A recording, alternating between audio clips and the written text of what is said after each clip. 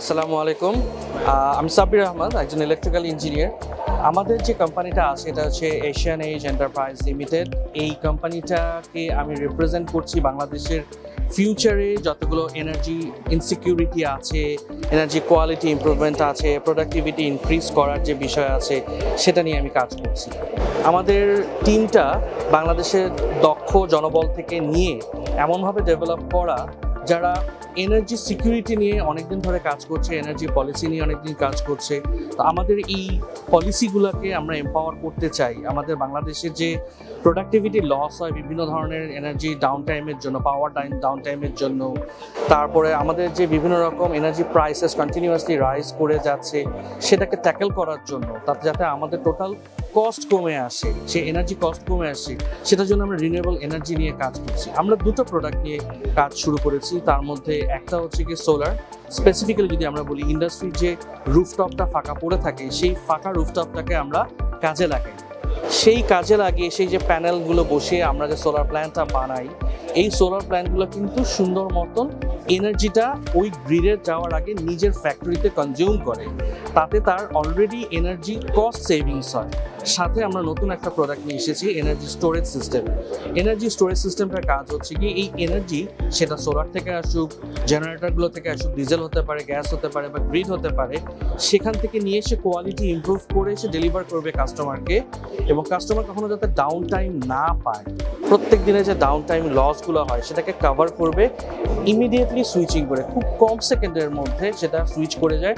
Down টাইমটা তখন আর heavy ইকুইপমেন্টগুলো trace করতে পারে না, যার ফলে মেশিনারি রানিং থাকে। আমাদের ভিশনটা খুব সিম্পল।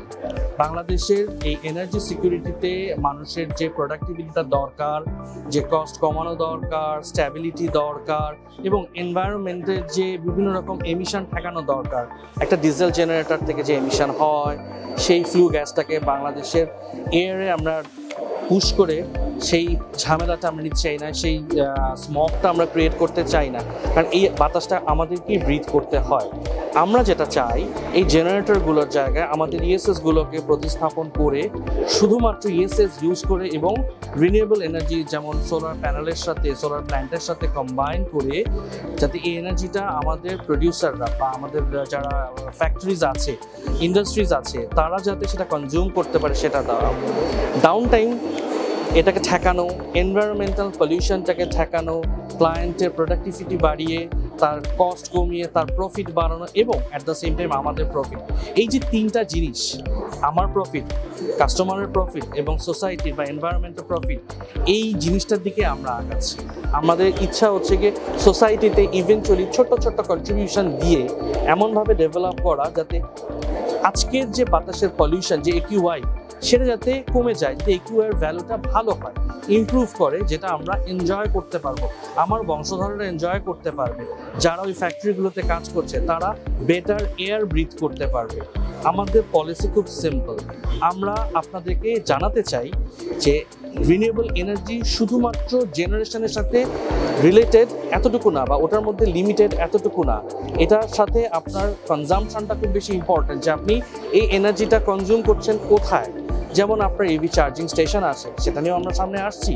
ইভি ট্রাকস নিয়ে আমরা কাজ করছি, যাতে আপনার গুডস ট্রান্সপোর্টের জন্য আপনার কোনো ধরনের ফসিল ফিউয়েল বেসড ডিপেন্ডেন্সি না থাকে, এবং আপনাদের যে পাওয়ার ইমপ্রুভমেন্টের যে বিষয়টা, কোয়ালিটি, স্ট্যাবিলিটি, কনসিস্টেন্সি, সেগুলো নিয়ে আমরা কাজ করছি। সো আমরা আপনাদেরকে দাওয়াত দিচ্ছি, আমাদের সাথে আপনারা কথা বলেন।